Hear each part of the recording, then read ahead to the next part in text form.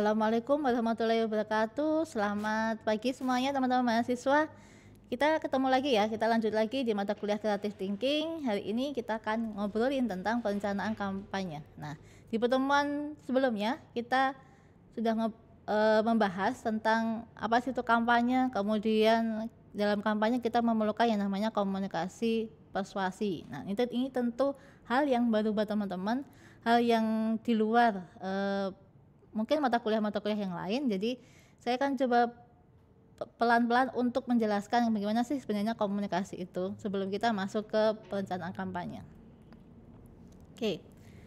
Nah, dalam melakukan kampanye kita tuh nggak lepas dari program komunikasi pemasaran atau yang disebut dengan integrated marketing communication.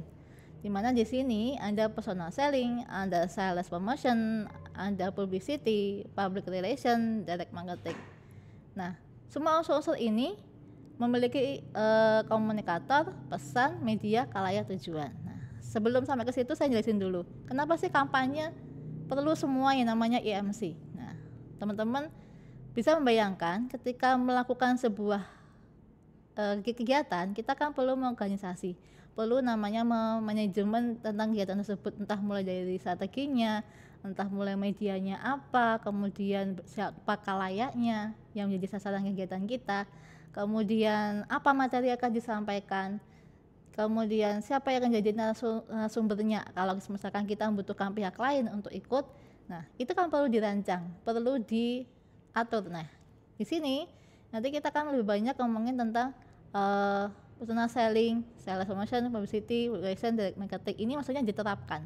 Jadi bukan kita belajar tentang ini tapi penerapannya. Nah, ketika kita melakukan kampanye, kita tentu ini ya butuh publisitas, butuh masyarakat tahu tentang kegiatan kita. Oh, ini ternyata mahasiswa STIE mau ngadain kegiatan nih di masyarakat di sekitar daerah A gitu kan. Itu perlu apa? Publisitas agar warga tahu apa yang kegiatan yang dilakukan dan siapa yang melakukan. Kemudian juga perlu namanya public relation. Public relation dalam artian di sini dia sebagai hubungan masyarakat, melakukan pendekatan pada masyarakat agar masyarakat itu mau join dengan kegiatan kita. Kemudian ada lagi sales promotion, pendekatan door to door, itu juga penting karena kita harus tahu nih tentang audiensnya kita siapa, khalayak yang menjadi tempat untuk kita menerapkan solusi itu siapa, dan yang kita ajak gitu, itu siapa sih. Kita perlu tahu tentang karakternya, kemudian lingkungannya seperti apa. Nah, semuanya itu dibutuhkan dalam skill sebagai personal selling atau direct marketing. Nah, di sini komunikasi itu memiliki unsur tadi ya, saya sudah jelasin komunikator, pesan, media, khalayak, tujuan. Kita bahas satu-satu. Nah, komunikator kalau bisa dilihat di sini adalah seseorang yang memulai percakapan atau seseorang yang siapa yang mengatakan gitu. Who says. Nah, kemudian pesan jelas, kalau kita mau pesan apa yang ingin kita sampaikan, apa yang ingin kita berikan kepada masyarakat, ide-ide apa yang kita ingin sampaikan kepada masyarakat. Kemudian melalui sarana apa, itu media, dan kemudian komunikan itu kepada siapa. Tadi kalau kita lihat di sini komunikator pasti ada komunikan dong, jadi kalau kita ngomong sendiri kan nggak mungkin. Jadi komunikator itu orang yang memulai, nah kemudian komunikan itu penerima pesannya, bisa dikatakan seperti itu. Nah, dari kegiatan kampanye yang akan kita lakukan ini tadi ada efek, ada dampak yang saya jelasin di pertemuan sebelumnya, di mana kegiatan kampanye itu pasti berdampak entah perubahan sikap, perubahan perilaku, atau sekedar pemahaman saja, itu sudah cukup baik. Jadi ada perubahan dalam hal pemahaman. Nah, jadi dengan komunikasi persuasi ini diharapkan kampanye yang kita lakukan akan ada dampaknya di masyarakat. Oke, nah kita ulik satu-satu lagi lebih detail, di mana komunikator dalam campaign ini adalah seseorang yang dia sebagai kreator, pengemas pesannya, kemudian dia juga sebagai penjembatan pesannya, solusinya, dan juga sebagai problem solver. Jadi komunikator yang di dalam campaign yang kita lakukan nanti, dia sebenarnya dituntut untuk tahu permasalahan yang ada, permasalahan yang jadi di sekitarnya. Jadi dia bisa bisa ngasih solusi, bisa sebagai penjembatan, bisa sebagai tempat untuk sharing kayak gitu. Jadi sudah punya kredibilitas, dia juga expert di bidangnya. Kemudian dia juga orang yang atraktif secara personal. Dia nggak mungkin kan kalau kita sebagai komunikator orangnya pasif, pendiam, gitu kan, jelas dia tidak akan bisa komunikatif. Tetapi seorang komunikator yang istilahnya dia atraktif, itu akan lebih mudah masyarakat untuk diajak. Tuh. Jadi lebih interaksinya lebih kelihatan dengan lingkungan sekitarnya. Oke, kemudian kedua, pesan yang disampaikan dalam kampanye atau kegiatan kampanye kita nanti diharapkan itu sudah kita olah by data. Jadi berdasarkan riset-riset yang kita sudah lakukan.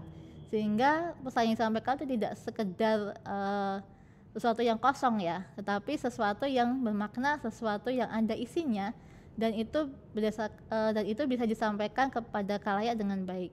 Jadi kita perlu buat pesan yang terstruktur nih. Kita organisasi dengan baik, bagaimana argumennya yang disampaikan, kemudian kesimpulan apa yang bisa kita sampaikan kepada khalayak. Nah, itu yang harus kita sampaikan dalam pesannya. Kemudian yang ketiga adalah medianya, melalui apa nih?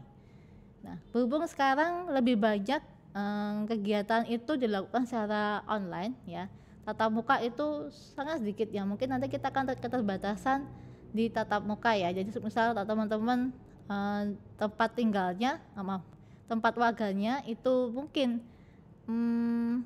akses internetnya kurang lancar ya kan.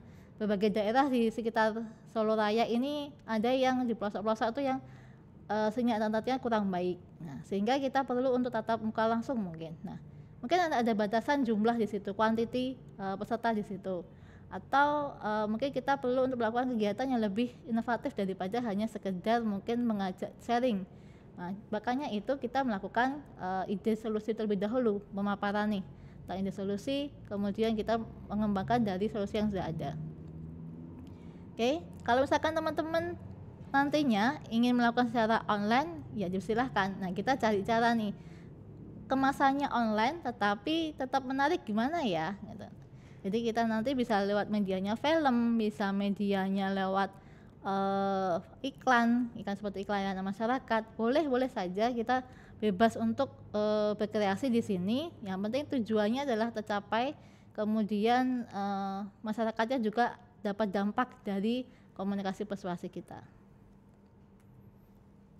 Nah, lalu siapa sih yang jadi target dari kegiatan kampanye kita?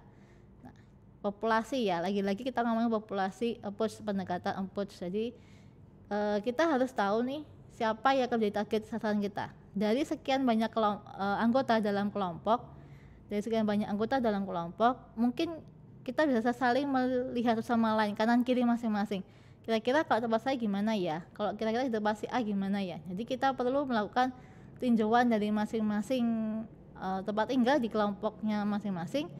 Pendekatan sosialnya, sosial level, ekonomi, edukasi, gender, usia, gitu kan, sampai ke pendekatan psikologis, nah, seperti kesukaan, rasa, lifestyle, nilai dan sebagainya, budaya. Nah, itu perlu kita lihat di tempat tinggal kita masing-masing, baru kita menentukan siapa sih yang pas nih, yang bisa kita ajak, yang kita bisa jadikan sebagai tempat untuk menerapkan solusi kita. Kemudian yang selanjutnya, kalau kita sudah ngomongin tadi ya, ada komunikator, ada pesan, ada media, ada komunikan. Nah, tentu dari proses komunikasi ini ada efek yang akan terjadi. Nah, efeknya bisa macam-macam. Efeknya bisa ada yang memberikan impact banget. Nah, ada yang sukses, ada yang failed. Jadi efeknya bisa terjadi bermacam-macam tergantung dari bagaimana cara kita mengemasnya tadi, dan kita bagaimana melihat populasi di sekitar kita, populasi audiensnya terutama. Nah, audiens nanti responnya juga ada yang support, ada yang opponent, ada yang no matter. Jadi semuanya bisa terjadi di lapangan itu tidak bisa diprediksi ya teman-teman. Tidak bisa diprediksi kecuali kalau kita sudah melakukan riset terlebih dahulu tentang bagaimana sih kondisi masyarakat. Tadi saya ngomong tentang taste, budaya, sikap, perilaku. Nah, kalau kita bisa selaras dengan itu kita kan bisa memperkirakan, oh nanti mungkin akan diterima, oh nanti efeknya, dampaknya ditolak nih, oh nanti dampaknya mereka bisa menjalankan solusinya itu. Nah, nanti kita kan gali lagi permasalahan di sekitar masyarakat kita. Nah, bagaimana kemudian kita membuat perencanaannya? Nah, kita sudah masuk ke intinya ya teman-teman. Kita sudah masuk ke perencanaan bagaimana membuat ide kampanye kreatif kita. Yang pertama dengan formula SOSTEK. SOSTEK itu apa sih? Yang pertama S itu situation analysis, analisis situasi. Kemarin teman-teman bisa berangkat dari permasalahan. Nah, itu bisa sebagai analisis situasi. Jadi tinggal mengembangkan aja dari permasalahan yang sudah dicapai teman-teman di pertemuan ketiga kalau nggak salah. Nah, kemudian objektif di sini menetapkan tujuannya apa teman-teman melakukan kampanye kreatif itu. Kemudian strategi, apa strategi teman-teman untuk bisa menggait khalayak untuk ikut dalam kegiatan tersebut atau berpartisipasi atau menerapkan ide kreatif teman-teman. Kemudian bagaimana sih kiatnya supaya itu bisa sustainable, bisa stabil. Kemudian bagaimana pelaksanaannya, prosesnya ya, yang saya ingin jelaskan di sini. Action itu prosesnya dari apa, seperti kalau kita sedang memasak itu kan masih ada proses ya, sebelum barang jadi, sebelum masakan jadi pasti ada prosesnya, harus persiapan apa dulu, apa baru kita bisa menghasilkan masakan yang enak gitu. Nah, kemudian setelah itu lakukan kontrol, lakukan pengawasan dari hasil penerapan ide kreatif kita, kira-kira apa yang kurang, apa yang lebih. Nah, tadi di awal saya ngomongin tentang situasi analisis. Nah, ini ada khususan lagi nih, sesuatu yang khusus yang perlu dipelajari teman-teman, di mana dalam melakukan situasi analisis kita perlu menjawab where we are now. Nah, ide ditinjau dari sudut yang pertama adalah historis, kemudian evaluasi teknis, yang ketiga adalah publik perseptual. Nah, ketika kita ngomongin analisis situasi di khalayak tempat kita akan melakukan kampanye kreatif tadi, kita kan perlu tahu nih historisnya, sejarah permasalahannya apa sih, apa yang menjadi akar dari permasalahan tersebut, kita harus tahu. Kemudian bagaimana evaluasi teknisnya, apa yang sudah pernah dilakukan oleh warga sekitar untuk mengurangi impact dari permasalahan tersebut, apa yang sudah pernah dilakukan oleh masyarakat sekitar untuk mengurangi impact permasalahannya. Kemudian bagaimana persepsi publik atau persepsi warga sekitar terkait masalah tersebut. Nah, mungkin ada yang mendukung untuk melakukan kegiatan A, mungkin ada yang menolak gitu kan, mungkin ada yang ingin masalah itu cepat berakhir, ada yang abai. Jadi kita harus benar-benar tahu nih tentang publik perseptual dari masyarakat tersebut. Nah, kemudian yang kedua, lakukan nih studi komparasi. Nah, teman-teman nanti lebih dalam ya belajar tentang SWOT analisis. Apa sih itu SWOT? Nah, SWOT itu bisa dikatakan sebagai salah satu cara kita mengevaluasi dari internal dan eksternal. Nah, kalau internalnya itu adalah strength, weakness, jadi keunggulan dan kelemahan. Jadi kalau kita lihat di sini, apa sih keunggulan dari warga sekitar itu? Oh, mungkin dia guyup, mungkin warganya itu mereka saling gotong royong misalkan. Mereka bisa diajak untuk berpikir maju ke depan, alias berpikir kreatif. Nah, tapi mereka juga punya kelemahan nih, gitu kan. Mungkin kelemahannya mereka satu sisi gotong royong tapi juga individualis gitu kan, egonya masyarakatnya tinggi misalkan. Jadi kelemahan itu kita harus gali itu dari dalam. Nah, kemudian apa yang dari luar, opportunity dan threat atau peluang dan ancaman itu. Jadi dari luarnya peluangnya apa nih yang bisa dilihat dari warga itu. Oh, mereka peluangnya karena ini lokasinya cukup kecil, jadi peluangnya kita bisa lebih menggait pihak-pihak lain untuk masuk ke situ. Nah, kemudian ancamannya apa nih? Oh, ancamannya dari luar banyak yang memprovokasi misalkan supaya untuk menolak ide-ide kreatif kita. Nah, itu bisa jadi SWOT analisisnya kita harus tahu tentang kondisi dari situasi dari warga itu sendiri. Nah, hasil analisis situasi ini setidaknya bisa mengetahui nih problem situasi yang ada di masyarakat.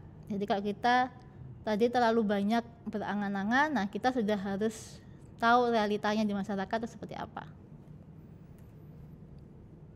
Tugas teman-teman, kalau sebelumnya saya minta untuk sudah masuk ke Scamper, berarti kita lanjut ke next selanjutnya ya. Jadi buat analisis situasi dengan menentukan satu historis. Nah, tadi sudah saya jelaskan kita bisa menggunakan ini ya, sudut pandang, kemudian evaluasi teknis, public perception. Kemudian analisis SWOT-nya jangan lupa. Jadi kita coba untuk analisis SWOT dari lingkungan warga tersebut, strength, weakness, opportunity, threat. Kemudian yang itu 1, 2, 3 ya. Kemudian yang ketiga, buatlah perencanaan kampanye persuasif dengan formula SOSTEC. Tadi saya ulang lagi, SOSTEC itu berarti situasi analisis, objektif, strategi, taktik, action, dan kontrol. Oke. Selamat berproses teman-teman. Saya tetap akan mendampingi teman-teman jadi fasilitator untuk setiap kelompok yang ada, sehingga akhirnya nanti ide kampanye kreatif teman-teman dapat diterapkan secara baik dan menghasilkan hasil yang baik juga. Oke, saya akhiri. Assalamualaikum warahmatullahi wabarakatuh.